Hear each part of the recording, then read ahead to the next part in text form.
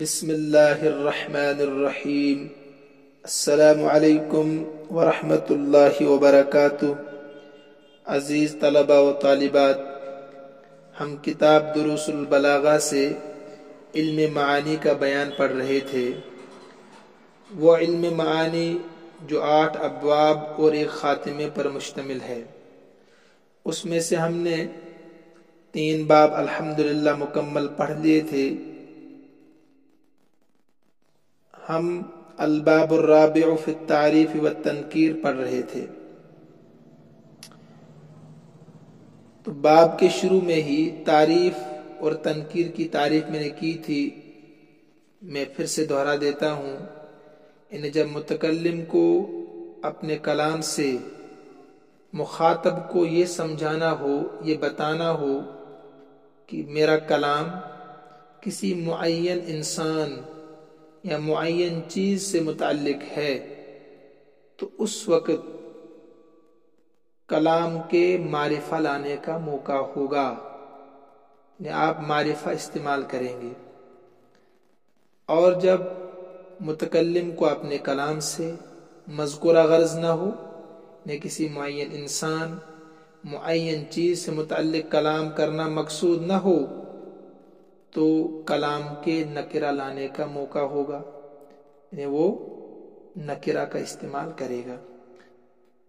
وہاں تفصیل سے اس پر بات ہو گئی تھی۔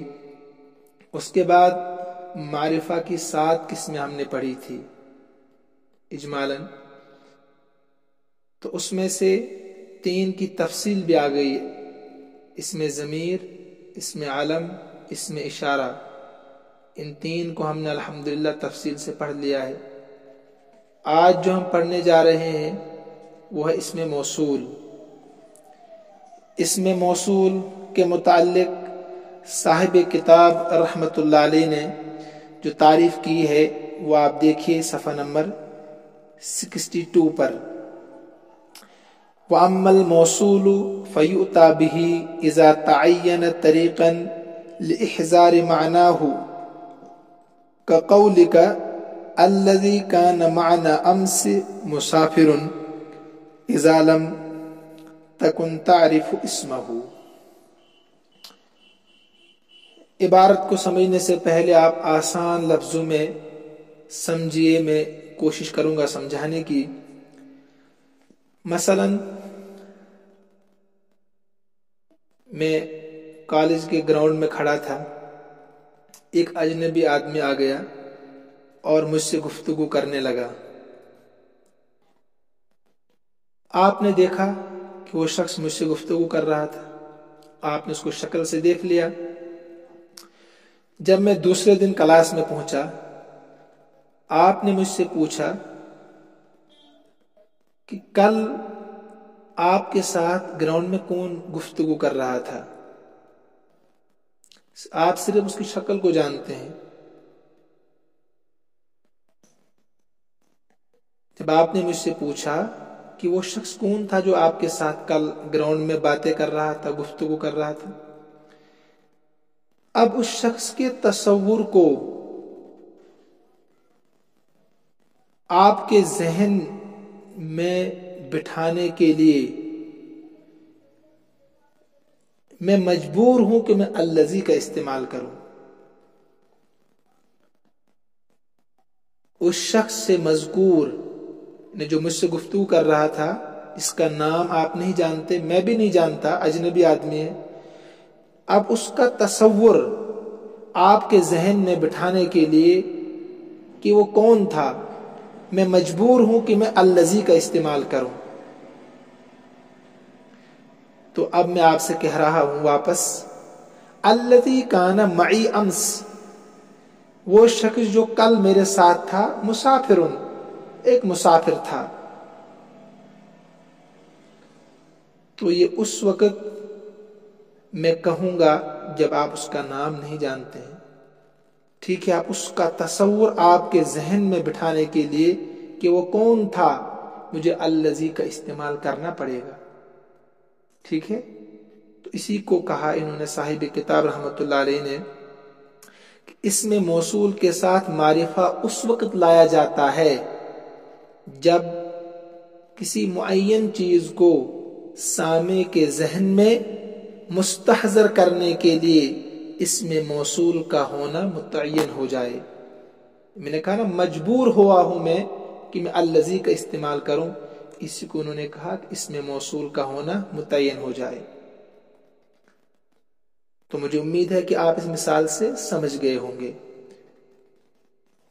لیکن جب یہ غرض مطلوب نہ ہو، اذا لم یتعین طریقا لذالک فیکون لاغراض اخرى،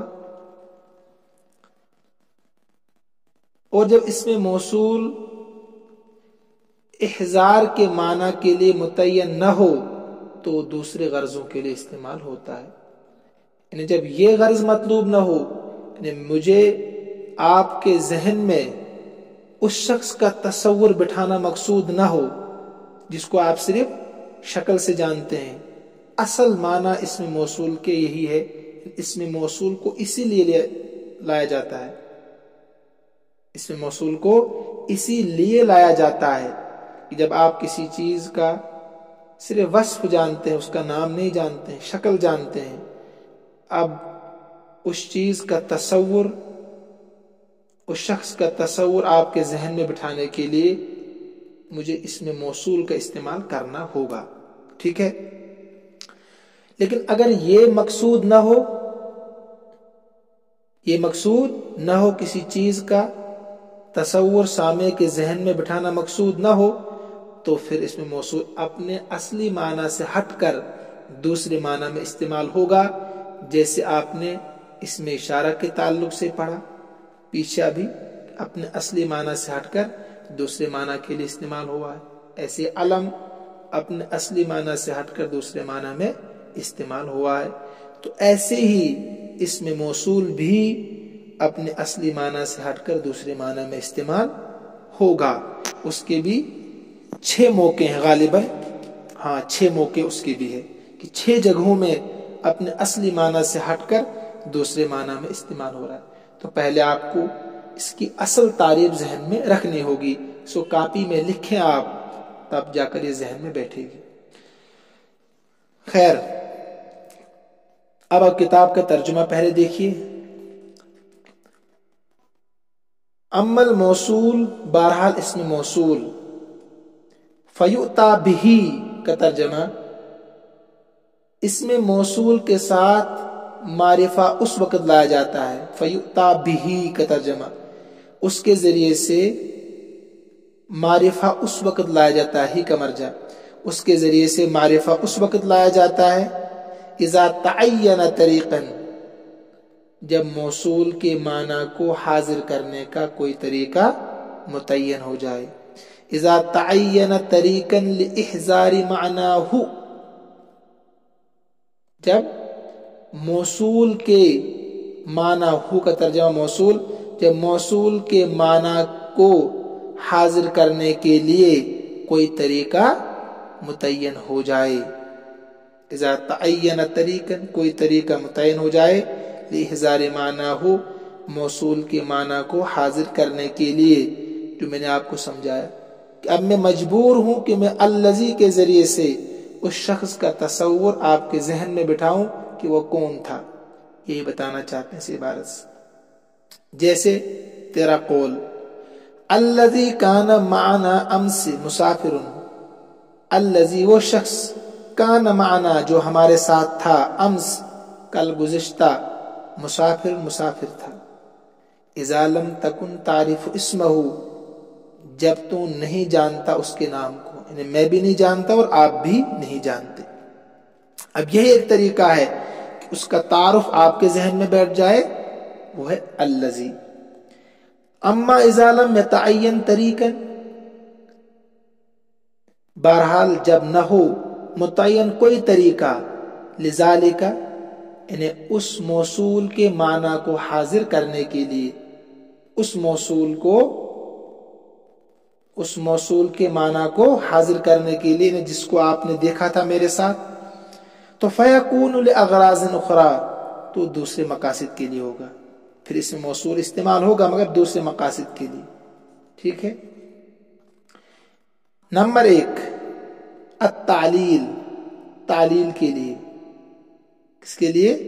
تعلیل کے لیے. نحو ان الذین آمنوا وعملوا الصالحات کانت لهم جنات الفردوس نزلا.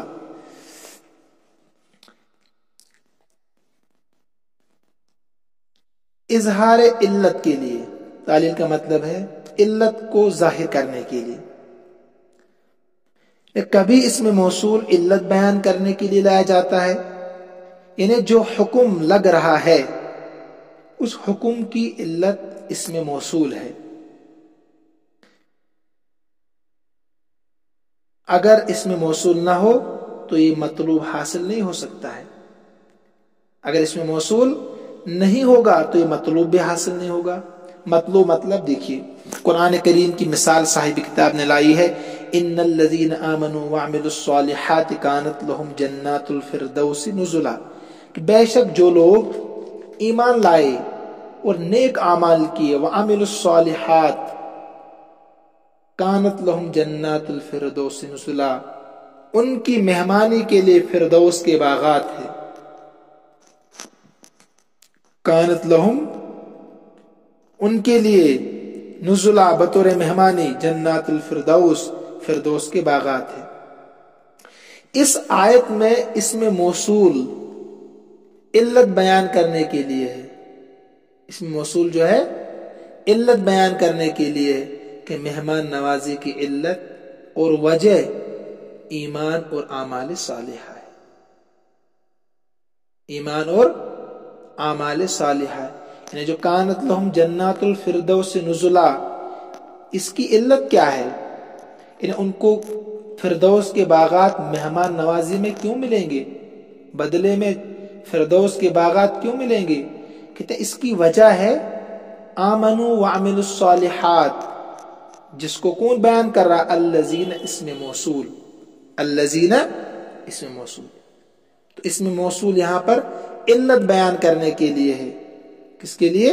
علت بیان کرنے کے لیے. آگے چلتے ہیں. وَإِخْفَاءُ الْأَمْرِ عَنْ غَيْرِ الْمُخَاطَبِ، معاملے کو مخاطب کے علاوہ سے چھپانا.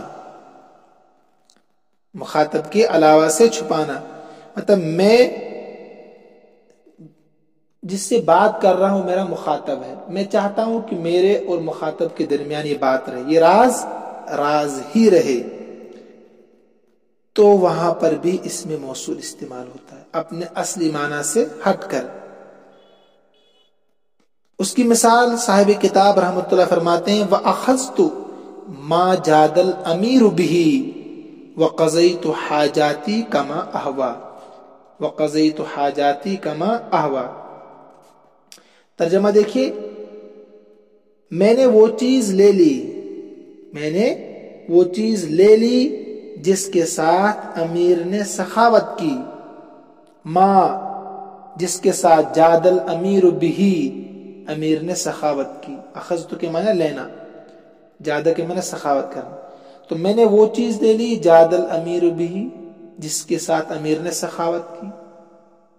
وقضیت، اور میں نے پوری کی، حاجاتی، اپنی ضرورتوں کو، کما احوا، جس طرح میں نے چاہا. احوا کے معنی چاہنا، جس طرح میں نے چاہا.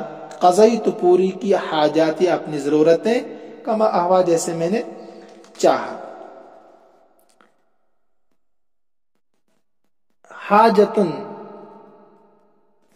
اس جماعتی حاجات، ٹھیک ہے. قضی تو آپ کو پتہ ہی ہے. جادہ اصل میں تھا جودہ، کالا کی طرح، تو اس میں تعلیل ہو گئی. تو شعر کا مطلب یہاں پر کیا ہے کہ میں نے وہ چیز لے لی جس کے ذریعے امیر نے سخاوت کی، اور میں نے اپنی ضرورتوں کو اس طرح پورا کر لیا جس طرح میں چاہتا تھا، یا اپنی خواہشات کے مطابق میں نے اپنی ضرورتیں پوری کر لی. تو اس کا مطلب بالکل آسان ہے، لیکن اس شعر میں محل استشہاد سمجھنا آپ کو، وہ ہے اخذت ما جادہ. اخذت، میں نے لیا، ما جادہ، جو اس نے سخاوت کی. اس میں ما اس میں موصول ہے، ما اس میں موصول ہے جو آپ پڑھ رہے ہیں، اور متکلم کا مقصد، یعنی شاعر متکلم کا مقصد بخشش کردہ چیزوں کو، یعنی جو امیر نے اس کو دی ہے، امیر کی دی ہوئی چیزوں کو ظاہر نہ کرنے سے یہ ہے تاکہ مخاطب کے علاوہ دوسروں کو اس کا پتہ نہ چلے. یعنی وہ چاہتا ہے کہ یہ صرف امیر اور میرے درمیان راز رہے، کوئی تیسرا آدمی نہ سن سکے، تیسرا آدمی نہ سن سکے کہ امیر نے مجھے کیا دیا اور میں نے اپنی ضرورتیں کیسے پوری کی اور میری ضرورتیں کیا تھی. ٹھیک ہے، تو یہاں پر جو ما استعمال ہوا ہے یہ کس لیے ہوا ہے؟ اخفاء الامر عن غیر المخاطب. تو موصول اپنے اصلی معنی میں استعمال یہاں نہیں ہے. دو جگہ ہو گئی. تیسری جگہ وَالتَّنبِيهُ عَلَى الْخَطَئِ، اور غلطی پر تنبیہ کے لیے، غلطی پر تنبیہ کے لیے. ایک آدمی خطا پر، غلطی پر تنبیہ کے لیے، ایک آدمی غلط کام کر رہا ہے، آپ اس کو آگاہ کر رہے ہیں کہ جو آپ کر رہے ہیں وہ ٹھیک نہیں آپ کے لیے. جس کو آپ مخلص سمجھ رہے ہیں، جس کو آپ دوست سمجھ رہے ہیں، وہ آپ کا دشمن ہے. حقیقت میں وہ آستین کا سانپ نکلے گا. تو یہ خطا پر تنبیہ کرنے کے لیے اس میں موصول استعمال ہوتا ہے. حالانکہ اس میں موصول کا اصل موقع کیا ہے؟ جو میں نے بتایا آپ کو، جس کا آپ نام نہیں جانتے ہیں اس کے تصور کو آپ کے ذہن میں بٹھانے کے لیے اس میں موصول لایا جاتا ہے. ٹھیک ہے، صاحب کتاب نے مثال پیش کی ہے ایک شعر کے ذریعے سے، ان الذین ترونہم اخوانکم یشفی غلیل صدورہم ان تسرعوا. پہلا ترجمہ دیکھیے، بے شک وہ لوگ جن کو تم اپنا بھائی سمجھتے ہو، ان کے سینوں کا کینہ، ان کے غلیل صدورہم، ان کے سینوں کا کینہ اس بات سے شفا پاتا ہے، یشفی شفا پاتا ہے اس بات سے، ان تسرعوا کہ تم ہلاک کر دیے جاؤ، ان تسرعوا کہ تم کو ہلاک کر دیا جائے. ترون جمع مذکر حاضر کا صیغہ ہے، مضارع معروف، با فتح سے آتا ہے. اس کے مناتے ہیں سمجھنا، دیکھنا، گمان کرنا، بہت سارے معنی اس کے آتے ہیں. اخوان میں جمع ہے اخن کی. یشفی واحد مذکر غائب کا صیغہ ہے، باب ضرب سے بمعنی شفا پانا، شفا پانا. تسرعو جمع مذکر حاضر، فعل مضارع مجہول ہے مگر یہاں معنی پچھاڑنا، زمین پر گرا دینا، ہلاک کرنا. یہ تو الفاظ کے معنی ہو گئے. تو ترجمہ بھی آپ کے سامنے آ گیا. شعر کا مطلب یہی ہے جو میں نے آپ کو پہلے بتا دیا کہ جن کو تم اپنا بھائی تصور کرتے ہو تو حقیقت میں تمہارے بھائی نہیں ہے، تمہارے دوست وہ نہیں ہے، وہ تمہارے دشمن ہیں. وہ چاہتے ہیں کہ تمہارا نقصان ہو جائے، تم ہلاک ہو جاؤ، اسی میں خوش ہوتے ہیں. یہ شعر کا مطلب ہے بالکل واضح کہ لہذا تم تھوڑے ہوش کے ناخن لے لو، اپنے آپ کو بچاؤ ان لوگوں سے. اس شعر میں جو محل استشہاد ہے جو آپ کو سمجھنا ہے وہ ہے ان الذین ترونہم. یہاں پر اس میں موصول جو ہے وہ غلطی پر تنبیہ کرنے کے لیے لایا گیا ہے. الذین جو ہے نا اس میں موصول غلطی پر تنبیہ کرنے کے لیے لایا گیا ہے. اگر اس میں موصول کی جگہ پر یہاں ان القوم ہوتا، ان القوم ترونہم ہوتا الذین کے بجائے، تو غلطی پر تنبیہ نہیں ہو سکتی تھی. تو یہاں ابہام کی وجہ سے بیدار کیا جا رہا ہے. ابہام کیوں، ان تو یقین کے لیے آتا ہے نا، تو الذین تو ابہام کی وجہ سے بیدار کیا جا رہا ہے کہ جن کو تم اپنا بھائی تصور کرتے ہو وہ تمہاری بربادی کا انتظار کر رہے ہیں، تمہاری ہلاکت کا انتظار کر رہے ہیں. اپنے اصلی معنی میں یہاں الذین نہیں ہے. ٹھیک ہے. نمبر 4 وتفخیم شان المحکوم بہ. چوتھا کیا ہے؟ محکوم بہ کی شان کو بلند کرنے کے لیے. محکوم بھی محکوم علیہ کی تفصیل مکمل پیچھے آ گئی تھی. مثال جیسے ان الذی سمک السماء بنا لنا بیتا دعائمہ اعز واطول. پہلے ترجمہ دیکھیے. بے شک وہ ذات جس نے ہمارے لیے آسمان کو بلند کیا، ہمارے لیے ایک ایسا گھر بنایا ہے. بنا لنا بیتن نکرہ ہے نا، ہمارے لیے ایک ایسا گھر بنایا ہے، ایسا گھر. دعائمہ اعز واطول، جس کے ستون بہت مضبوط اور بہت لمبے. اعز بہت مضبوط، اطول بہت لمبے ہیں. ٹھیک ہے. تو سمکہ کے معنی ہے، یہ باب فعل ماضی معروف ہے، یہ واحد مذکر کا ایک کثیرہ باب نصر سے آتا ہے، بلند کرنا. السما آپ کو پتہ ہے سماوات کی جمع ہے، اس کی جمع آتی ہے سماوات، آسمان. بنا ضرب سے آتا ہے، یہ اس کے مناتے ہیں بنانا. ٹھیک ہے. بیتن اس کی جمع بیوتن آتی ہے بمانا گھر. دعائم یہ جمع ہے دعامتن کی، اس کے مناتے ہیں ستون. اعز اس میں تفضیل ہے باب ضرب سے، عزیز ہونا. اطول اس میں تفضیل ہے بمانا لمبا ہونا. شعر کا مطلب کیا ہے؟ بے شک اللہ رب العزت کی ذات وہ ہے جس نے آسمان کو بلند کیا، اور اسی نے ہمارے لیے ایک ایسا گھر بھی بنایا ہے جس کے ستون عظیم الشان اور بہت بلند ہیں، بہت لمبے ہیں. جس اللہ نے آسمان کو اس قدر بلند کیا ہے، اس کا ہر کام عظیم الشان ہی ہوگا، بلند مرتبے والا ہوگا. تو اس نے ہمارے گھر بھی عظیم الشان اور بلند درجے کے بنائے. یہ تو شعر کا مطلب ہے، بالکل واضح ہے. لیکن آپ کو جو سمجھنا ہے اس میں، جس کو محل استشہاد میں بار بار کہہ رہا ہوں، وہ ان الذی سمک. اس میں موصول کے ذریعے محکوم بھی یعنی شاعر کے گھر کی عظمت کی طرف اشارہ ہے. شاعر کے گھر کی عظمت کی طرف اشارہ ہے. وہ کیا ہے؟ ان الذی سمک السماء بنا لنا. ان الذی سمک السماء جو اس میں موصول ہے نا الذی، تو اس کے ذریعے سے محکوم بھی سمجھ رہے ہیں آپ نے، شاعر کے گھر کی عظمت کی طرف یہاں اشارہ ہے. لہذا کتنے موقع ہو گئے؟ 4 موقع ہو گئے جہاں اس میں موصول اپنے اصلی معنی میں استعمال نہیں ہے، بلکہ محکوم یعنی شاعر کے گھر کی عظمت کی طرف اشارہ ہے. اسی نے ہمارے لیے گھر بنایا. بنا لنا بیت، ہمارے لیے گھر بنایا اس کے ستون لمبے ہیں اور بہت زیادہ بلند ہیں. تو اس میں عظمت بیان کی جا رہی ہے. نمبر 5 والتحویل. تحویل کیا ہے؟ ڈرانے کے لیے، موصول کی تعظیم اور تحقیر کی بنا پر.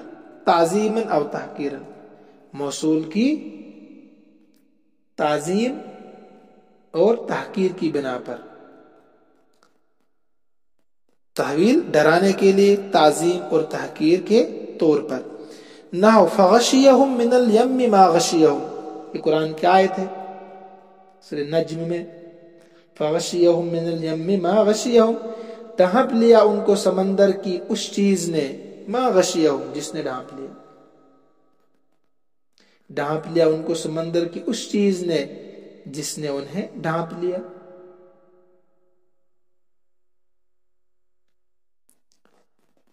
اس مثال میں دیکھیے آپ پہلے،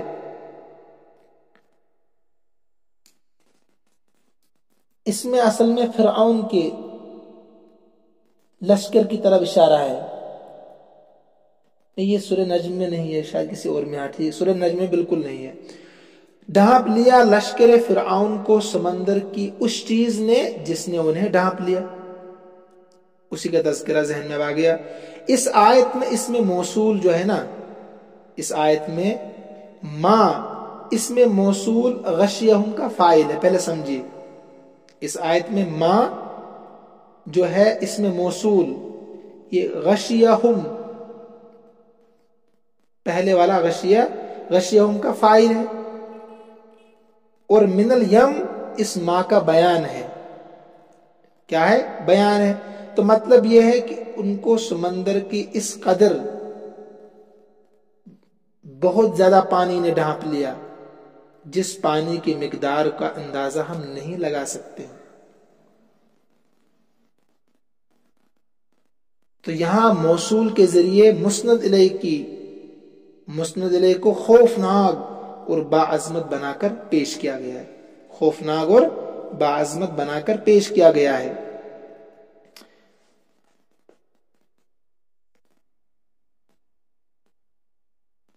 تو کتنے چیزیں ہو گئی؟ یہ 5 چیزیں. نمبر 6 والتحکم. یہاں کبھی اچھا یہاں 2 چیزیں دی انہوں نے، دیکھیے تعظیماً و تحقیراً. آپ تحقیر کو بھی سمجھ لیجئے. مثلا آپ کہتے ہیں قال ما قال، ایک محاورہ ہے، یا مزا ما مزا بولتے ہیں، عموماً بولتے ہیں مزا ما مزا، قال ما قال. تو جو شخص حقیقت حال کو نہیں جانتا اس نے کوئی بات کہہ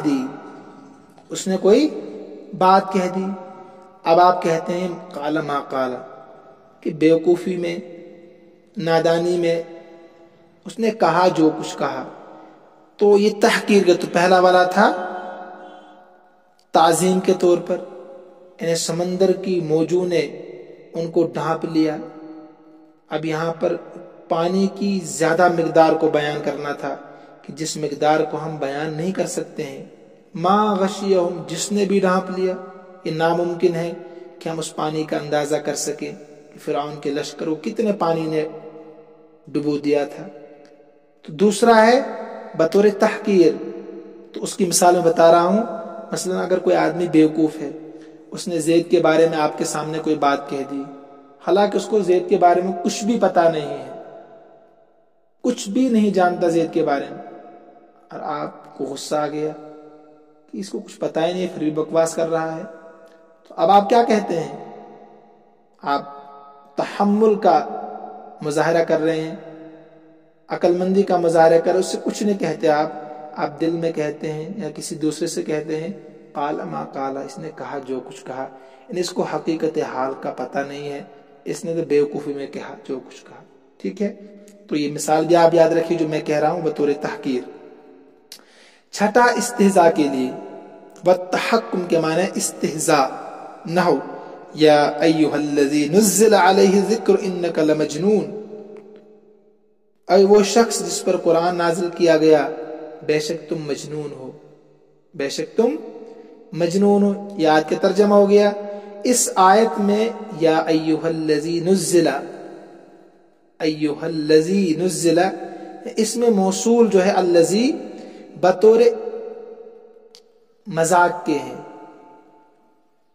کہ نعوذ باللہ مشرکین مکہ حضور اقدس صلی اللہ علیہ وسلم کی شان میں یہ بطور مذاق اڑانے کے لیے کہا کرتے تھے کہ جس پر قرآن نازل کیا گیا نعوذ باللہ بے شک وہ تو مجنون ہے.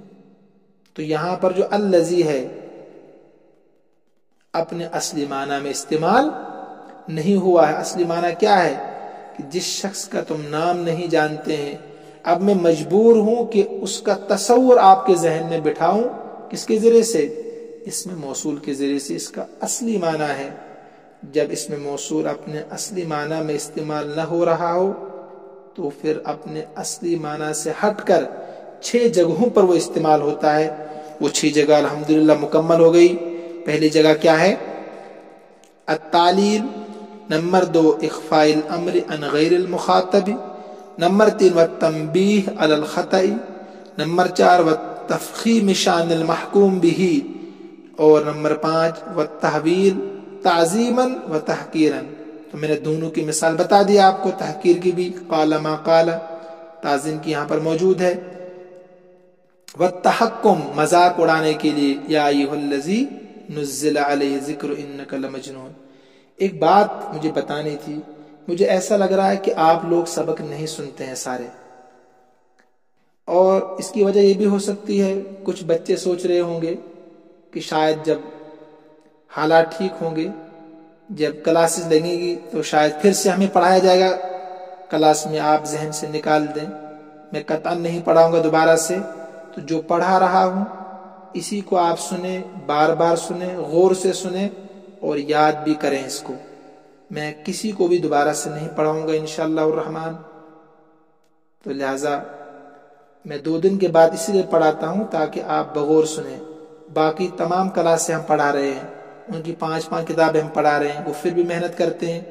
آپ کی صرف 1 کتاب ہے تو مجھے لگتا ہے آپ سب محنت نہیں کرتے ہیں اور سب سبق بھی نہیں سنتے ہیں، تو لہٰذا آپ محنت کریں۔ اللہ رب العزت ہم سب کا حامی و ناصر ہو۔ ھذا من عندی واللہ اعلم واحکم واتم وما توفیقی الا باللہ علیہ توکلت والیہ